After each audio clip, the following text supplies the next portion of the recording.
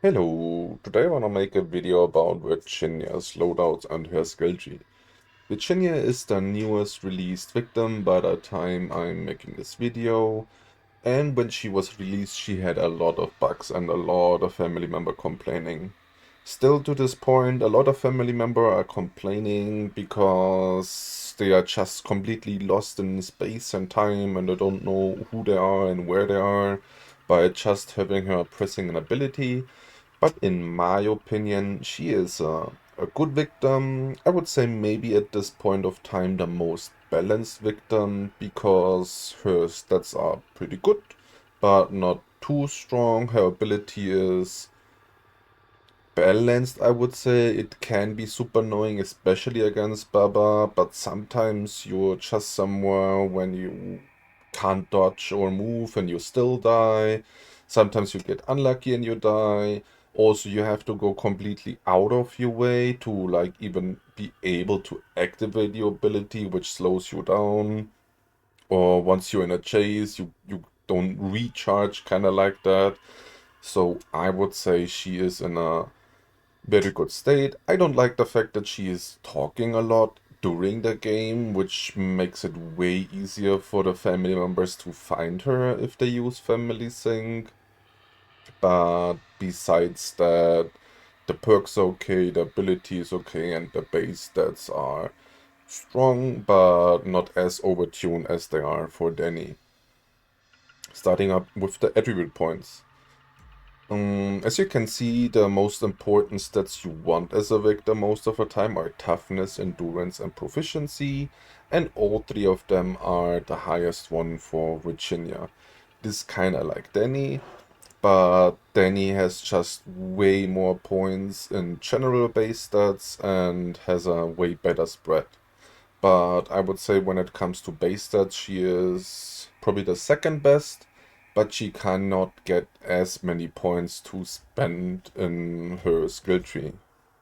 So talking about the toughness, I would say if you don't want to run fast hands, you can go down to like 45 and go 42 here because you need 44 to survive early. I just like to put a lot of points in toughness. So I stand up quicker and I don't have to be full HP to survive the Johnny or Leatherface hit combos. That's why I put it there, and in the end, if it comes clutch, if you can open a door or not, you still have proficiency, fast hands, so you don't need so much proficiency. But yeah, toughness is the stats that gives you HP. Every point in toughness gives you 1.13 health, I guess. And base is, I guess, 100 health. So the more toughness you have, the more health you have. And the quicker you stand up for an incapacitation, or if you get knocked down a well or by a Leatherface overhead, something like that. So the more toughness, the more you survive, the quicker you're back on your feet. That's why it's, in my opinion, one of the most with proficiency. Then endurance. At the moment I'm recording this, there is a bug where if you have more than 30 endurance, you have exactly the same stamina as you had with 50. But I would say even if the bug wasn't there, I would like it. Maybe if it plays out badly, I would do something like this. But yeah, 32 endurance is a lot, and as you learn the game and keep a little bit better track of your stamina, you should always be fine and not run out of stamina if you don't run in a bad wide open space. Then strength decides how efficient you can win close encounters, how fast you can get there, how fast you can get from the ropes, or how fast you can kick a generator. I would say strength and stealth are probably the most useless stats, because even if you don't have high strength, you can win a close encounter. And toughness is way more important for winning than strength. And kicking generator, that's like only one of all the options to get out. So just go for a car, fuse, pressure tank. And then you have in the beginning, you also want to make a lot of noise because the noise in the beginning doesn't count for grandpa, so you don't need strength. Then we go to proficiency, which is, that's why it's also the second highest. I would put it higher if it wasn't for fast hands, because everything you do as a victim, unlocking doors, searching for a toolbox without making noise, searching for bones without making noise, turning car battery off, unlocking door, unlocking gates, like 90% of the things you do as a victim is influenced by proficiency, and the more you have, the quicker you can do that. You can always get a lockpick quick, but once you like somewhere and you don't want the fan members you see them, you need high proficiency to make no noise while you get your items. And then, in my opinion, stealth is the most useless attribute point in like the entire game, because that determines if you make noise, if you go over crawl space, over bubble breakable, through gaps, up the ladder, which is sometimes bad if the family member hear you, yeah, but I would say these happen so rarely that it does not even matter. And that's why you also have no points in there. Then we're going over to a skill tree. On Virginia, I would always go straight and then hold to the right side, like I did here, because there are the best perks you can get. Also, the best perks you want to run with her are random perks, and in the end, going this way gives you the most points. Otherwise, you're just going to miss out on some good perks if you go somewhere else, or just have less points. So going there is always my choice. There are 3 random perks on the skill tree. One's over here, then over here, and then over here.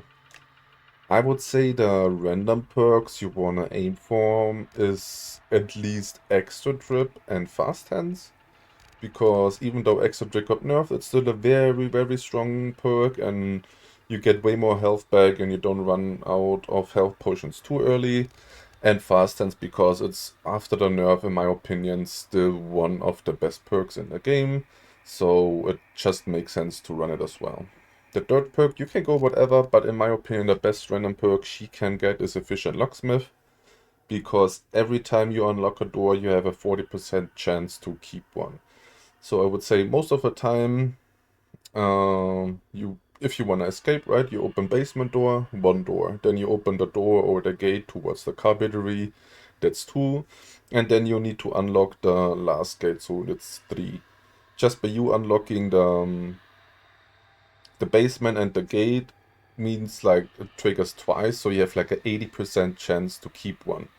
So, and you only need to keep one, so you have 1 left for the last gate, right? So having an 80% chance to just beeline the basement to the exit gate is super huge. And also sometimes if there's a cook padlock, right, which you have to unlock, and then you still have 1 left, maybe it triggers more often, is very strong and allows you to make escapes, which would normally not be possible because you need to stop and look for more toolboxes. Yep, then we are going to talk about perks. The perks I would always run. Oh yeah, I forgot about to say Kogoland is also over here on the right side, right on top of here. Because I think the 3 perks I would run is Efficient Locksmith, which I just explained. Then Kogoland is the second best in my opinion, which you wanna run there, because a lot of Leatherface player are running Vile End. That means that he deals more damage if he has full blood. So if Leatherface comes running towards you, and like I explained earlier, I think her ability is best against Baba, because he cannot run overhead. So he cannot run with his chainsaw in the air and give you an overhead attack if he is blinded. So Virginia's ability is the best Baba counter. If Baba comes running towards you, even if he manages to hit you, you use your ability, and most of the time he will not be able to one-shot kill you, because he's going to stall if he hits in your ability, in your poopy powder, and your poison. Also then that, if you see, for example, Leatherface is killing your teammate and you happens to be close, you can use your ability to use it on top of him so he loses his blood. Also, You can use it on grandpa, so if the family members tries to go there and feeds them, they're gonna lose their blood. It's just very good perk overall in the end, and like I said, just for being able to hardcore counter Baba and then completely negate or make one Baba perk useless with your ability is very strong. Then a perk I was running lately is Bad Blood, which means when you die early in the basement, your killer is highlighted for 2 minutes and the damage reduced is 50%. It's just because of the way I play. I like to be the one who rush stuff. I like to be the one who distracts the family member. And most of the time, in case instead of me going somewhere to like I can well, because I know if I go there I will be able to well, but that means I'm only going to distract the family members 4 more seconds. And most of the time I take the option where I maybe distract the family 20 or 30 seconds longer, but then die because I will not make it to the well then. So then me, Johnny or Leatherface is getting a kill on me, and then highlight and no damage is such a huge deal, especially if I play with a 3-man teammates or we a 4-man squad. If you play random, I would not do that, because if I play with people I don't know if they're doing stuff, I would not sacrifice myself just to like give them a little bit more time. But yeah, in case you're playing a comp team and you wanna be the distraction, you wanna be who like pulls the full family on you, this could be a nice perk. And then we have Rent Track, but I just said that the perk, the endurance ability or like stats, stamina consumption is bugged at the moment. I would not run it, but yeah, maybe in the future if they remove the bug and I see I'm having endurance problems, I might consider running this. So yeah, I would say this is the perk you can switch out. If they have a Johnny and a Baba, I could run this. If they have a cook, I wanna run a fish and locksmith. If they just wanna mess around with Baba, I go this, right? If you realize you run out of stamina or not, you can run this. The other two perks I would say you always wanna run, because one of them is extra drip.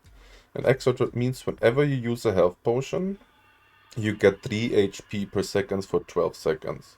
So which in the end is 66 HP, right? That's kind of like 50% of your HP. So if you half HP and you use a small health potion on your teammate as well, you have your full health back. And if you're low HP and you use a big one on you, you will also be at full HP.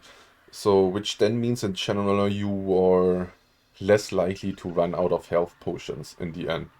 And yeah, as I just said, especially if you play with your teammates, if you only have like you lost 1/5 or 1/4 or whatever points of your health, but you have a teammate who needs a health potion, it's always worth it that you run to your teammate and heal him, because that heals you too.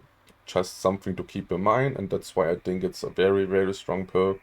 Especially after Empowered Heal got nerfed, it can be that health potions are going to be very spare or maybe even run out in the end.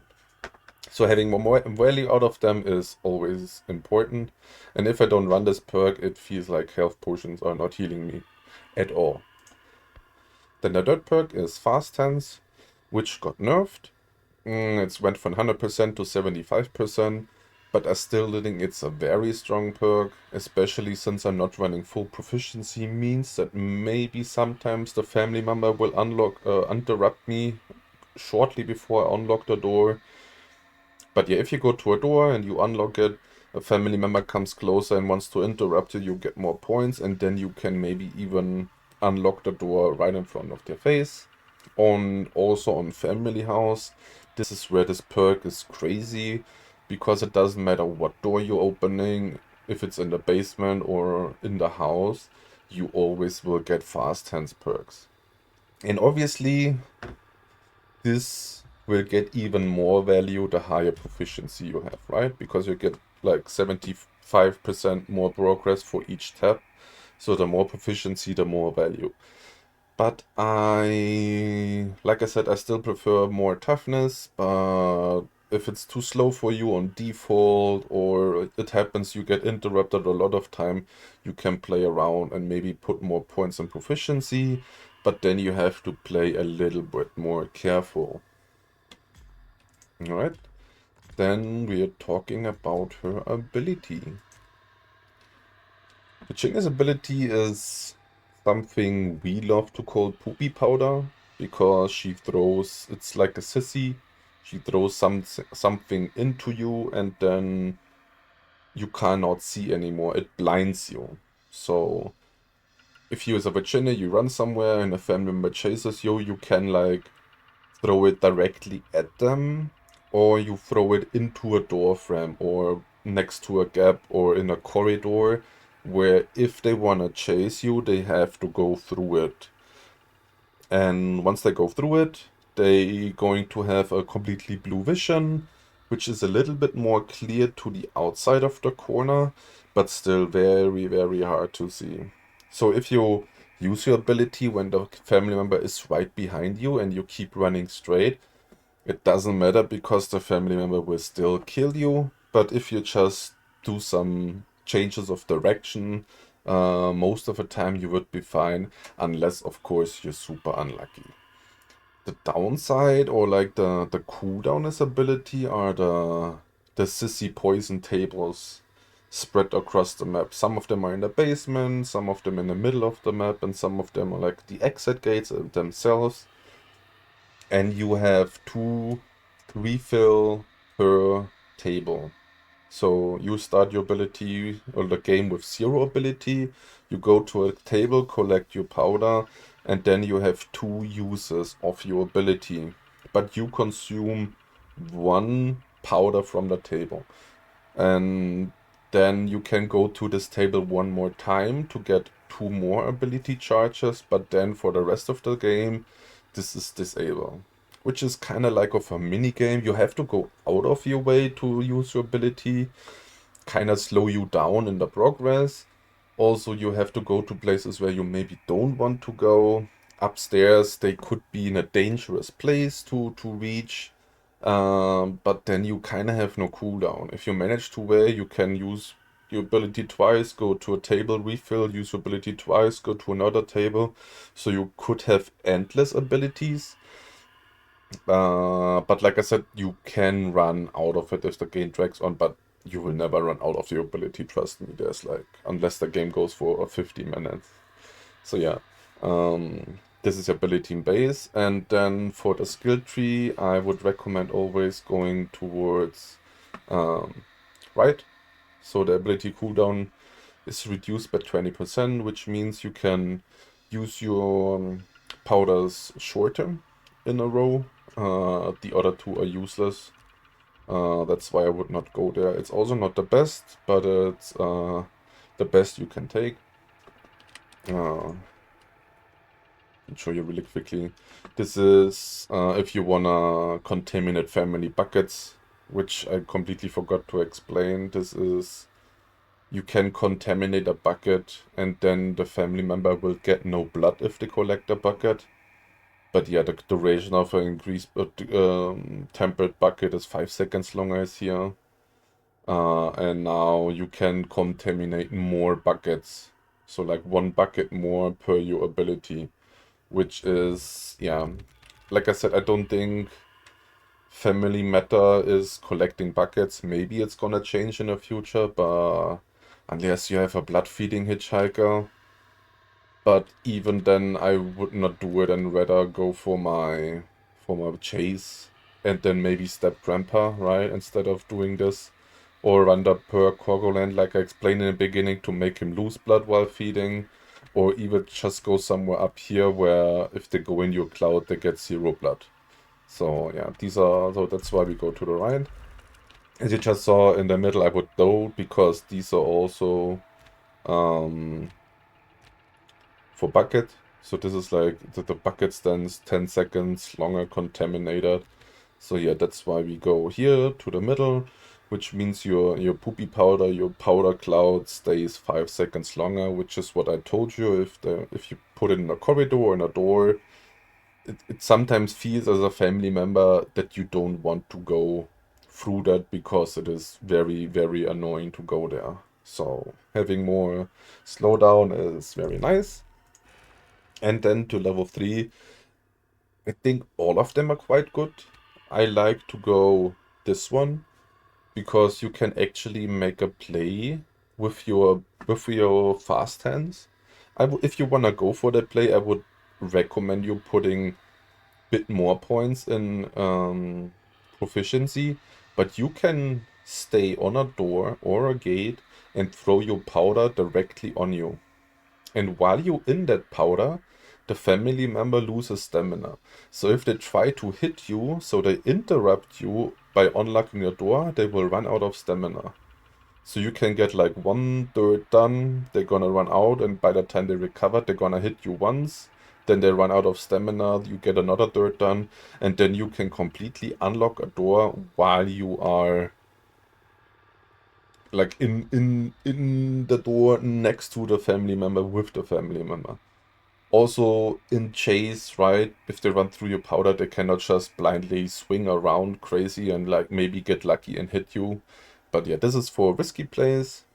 If you don't want to run extra drip, for example, you can heal the boon, which means this is kind of like an extra drip, right? 3 points per second, and this counts for everyone. So you have like a boon claw where your entire teammates can come and gather and heal them back, self back up, which is also very, very handy. And like I said, if you don't want to run extra drip or you didn't get it, this is very strong. And then also this one where you reduce the blood vial to 0 is very strong. When I was family member once and I was having 100 blood and I was feeding grandpa, during the feeding animation a Virginia came running towards me and used the ability. And then I fed grandpa 0 blood. So you can interrupt or just, like in general, use your ability on Grandpa and let it stay there. Which then means, like, as long as the cloud is up, the family member cannot feed Grandpa. So this is also nice, or like, if you wanna use it instead of Cogolent, the perk, you can use it on Leatherface if he killed someone. So yeah, I do think, like, all of them have situational depending on your playstyle ability, which I really like. It's the first victim where you can like hard tough to make. But yeah, like I said, I try to play risky. I try to like sacrifice myself. I go in, so this is exactly perfectly fitting for my playstyle. That's why I went to the left. Alright, that's it. I hope this video was useful. I hope you liked it. I hope you're gonna make some use out of your next games. In case it was, make sure to like the video, and as always, if you feel super nice, make sure to comment in the video below or subscribe to my channel in case you didn't already. Thanks for watching and good luck in your next games. Bye bye.